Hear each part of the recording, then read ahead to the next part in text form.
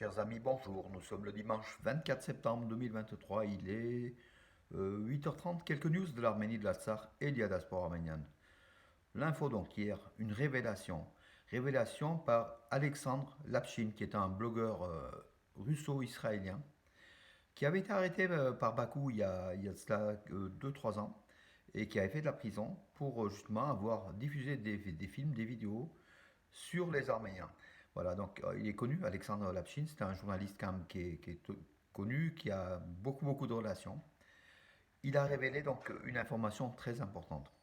Les 6 soldats de paix russes qui ont été pris pour cible par les Azéris, qui ont été tués près de Maltakert, en Artsakh, près de villages en fait, voilà.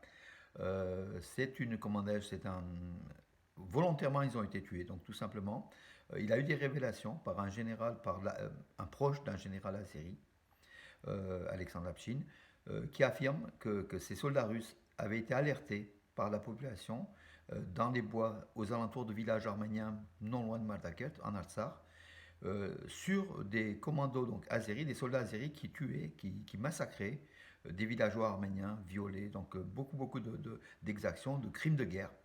Et ces soldats russes ont filmé avec leur téléphone portable ou avec leurs appareils, ont filmé donc certains éléments. Les Azéris l'ont su, ils les ont arrêtés, ils leur ont demandé donc de restituer donc leur portable, de tout ce qu'ils ont filmé. Les Russes ont bien sûr refusé. Et après des coups de fil à Bakou, à Moscou, donc au bout de 3 quarts d'heure, donc les Russes sont repartis.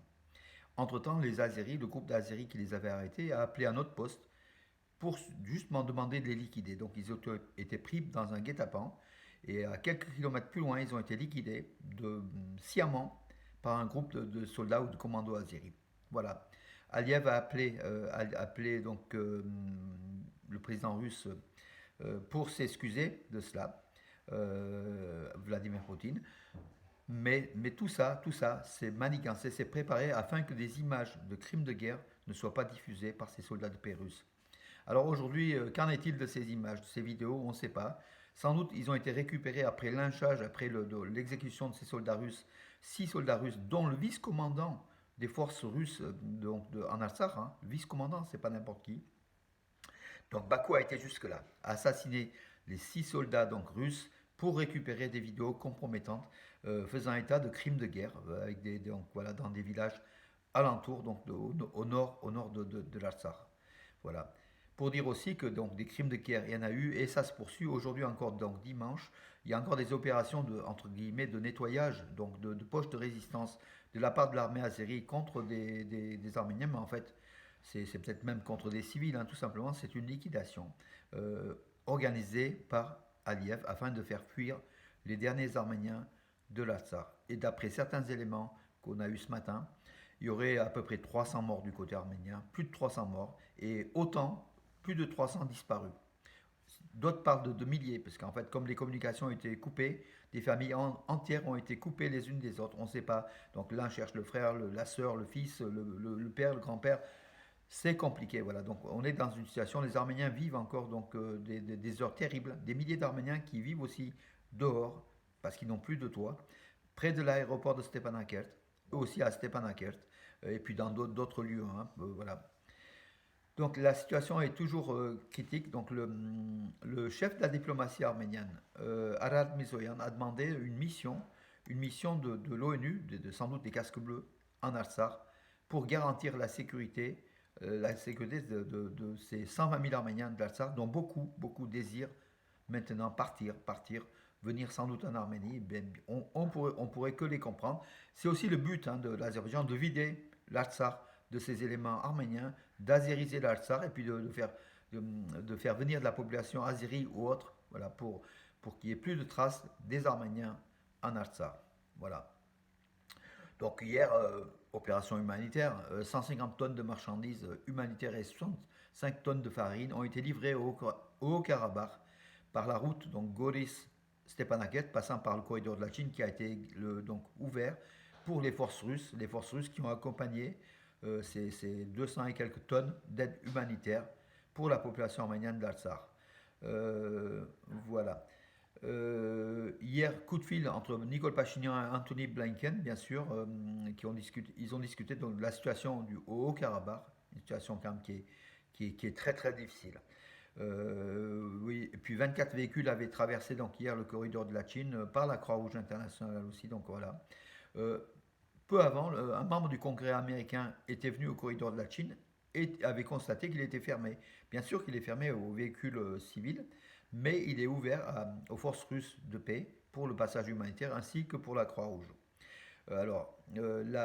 Zara Hamadouni, qui est l'une des responsables du CICR en Arménie, a affirmé donc hier qu'elle avait donc le CICR avait livré 70 tonnes d'aide humanitaire au Karabakh. Voilà. Et puis à Bakou, Aliyev, encore dans un cynisme incroyable, il a enlevé le char qui était à l'entrée le char arménien qui était le premier, avait été détruit lors de l'attaque de Chouchi, comment dirais-je, la guerre, la première guerre de la Tsar. Les Arméniens avaient gagné la guerre sur Chouchi. Et le premier char des combattants arméniens qui avait été détruit était placé à l'entrée de Chouchi. D'ailleurs, on le visitait régulièrement.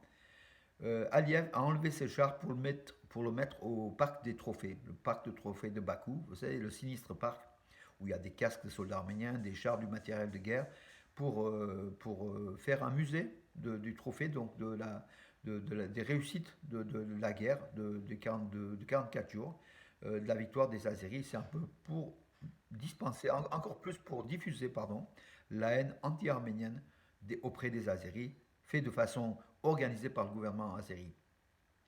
Alors, Luis Moreno Ocampo, qui était l'ancien responsable du tribunal permanent, enfin du tribunal international, la Cour internationale de justice, l'un des fondateurs, c'est un Argentin, c'est un homme, une sommité. Il a encore affirmé que le génocide arménien pourrait avoir lieu en 2023 en Artsakh. Voilà, il a mis en garde contre les épurations ethniques et tout ce qui se passe en Artsakh. Mais est-ce que le monde l'écoute? Et même une sommité comme cet Argentin, donc Luis Moreno Ocampo, est-ce que le monde l'écoute? Voilà, donc c'est aussi la question aujourd'hui qu'on peut se poser. Des appels sont réalisés un peu partout, mais sur le terrain, il n'y a encore que les Russes qui peuvent éventuellement protéger les Arméniens, les 120 000 Arméniens de l'Artsakh. Voilà mes amis, donc la situation est difficile encore une fois. Donc ce matin, nos frères et sœurs souffrent en Artsakh et on aimerait avoir comment dirais-je, un peu de réconfort de la part de l'Occident. Euh, Nicole Pachinian a joué la carte de l'Occident, de l'Europe et de l'Occident. Ça lui est reproché par Moscou qui essaye de se venger contre justement ces derniers événements. Moscou était complice, hein, on n'en pas douté, voilà. Poutine a fait perdre l'Artsakh aux Arméniens, mais pas tout à fait perdre parce qu'il va quand même maintenir sous effusion les Russes vont rester et vont justement utiliser l'Artsakh pour faire un peu la balance entre l'Azerbaïdjan et l'Arménie. C'est ce que nous, dans un débat de l'association Arménia vendredi ici à Bourg-les-Valence, c'est ce qui s'est dégagé au cours des discussions avec quelques dizaines de personnes, mais le débat a été très très riche et justement cette conclusion que peut-être Poutine utilisera l'Artsakh à ses fins propres et pas pour l'Azerbaïdjan ni pour l'Arménie. Voilà. Oui, le ministre des Affaires étrangères, donc Alat Mizorian, à New York, en marge du sommet donc, de l'ONU, son 18e Assemblée générale, il a rencontré de nombreuses personnalités, dont Catherine Colonna, la ministre des Affaires étrangères de France. Voilà. La France et l'Arménie sont bien sûr très proches et sont inquiets de la situation créée en Artsakh, l'agression de l'Azerbaïdjan, mais la France ferait mieux, au lieu d'être inquiète, de livrer les armes à l'Arménie parce que la prochaine étape après l'Artsakh, c'est le Zankezur, c'est le sud de l'Arménie, c'est ce que vise comment dirais-je, l'Azerbaïdjan et la Turquie, car Erdogan derrière, il a affirmé on veut le corridor du Zankezur. Donc sur le territoire souverain de l'Arménie, un chef d'État étranger de Turquie s'occupe de l'Arménie, de la carte interne de la frontière logiquement intangible hein, par rapport au droit international. Voilà, donc Erdogan qui aujourd'hui est au Nakhitchevan. Et c'est pas un hasard qu'il est au Nakhitchevan. Nakhitchevan, c'est juste à côté de l'Arménie. C'est entre la Turquie et l'Arménie. Et de l'autre côté, il y a l'Azerbaïdjan. Donc en fait, c'est une nouvelle fois, sans doute pour revendiquer le corridor le Zankezur, hein, voilà, le sunnique, le sud de l'Arménie. À suivre, mes amis, donc dans cette situation-là, encore une fois, le peuple arménien traverse des heures difficiles. Donc il y a une grande manifestation dimanche prochain à Bruxelles. Il faut y aller. Pour ceux qui sont de la région parisienne ou proches de Bruxelles, il faut y être en masse, des milliers d'Arméniens. Et on attend des milliers d'Arméniens.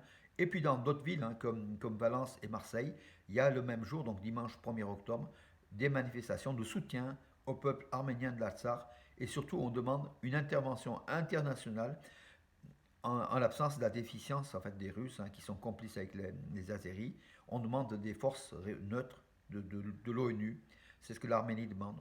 Maintenant, c'est une zone difficile. Demander, c'est quelque chose. L'appliquer, c'est autre chose. Mais il y a urgence. Il y a urgence humanitaire. Un génocide est en cours. Voilà. La seule bonne nouvelle, enfin bonne nouvelle à moitié, c'est que notre champion, comment dirais-je, notre champion olympique de Rio 2016 de lutte gréco-romaine, donc notre champion olympique de lutte gréco-romaine, Arthur Alexanian, 97 kilos, il a été que vice-champion du monde hier à Belgrade, il a perdu en finale face à un Cubain. On le retrouvera au JO de Paris, puisqu'il a été qualifié aussi. Hein, donc je crois qu'il y a eu, c'est le quatrième ou le cinquième lutteur arménien qualifié. Il y en aura d'autres hein, par le fait du classement. Voilà, il a échoué, donc Arthur Alexanian, pour son cinquième titre mondial. Il est donc 6 fois champion d'Europe, 4 fois champion du monde, une fois champion olympique, une fois vice-champion olympique.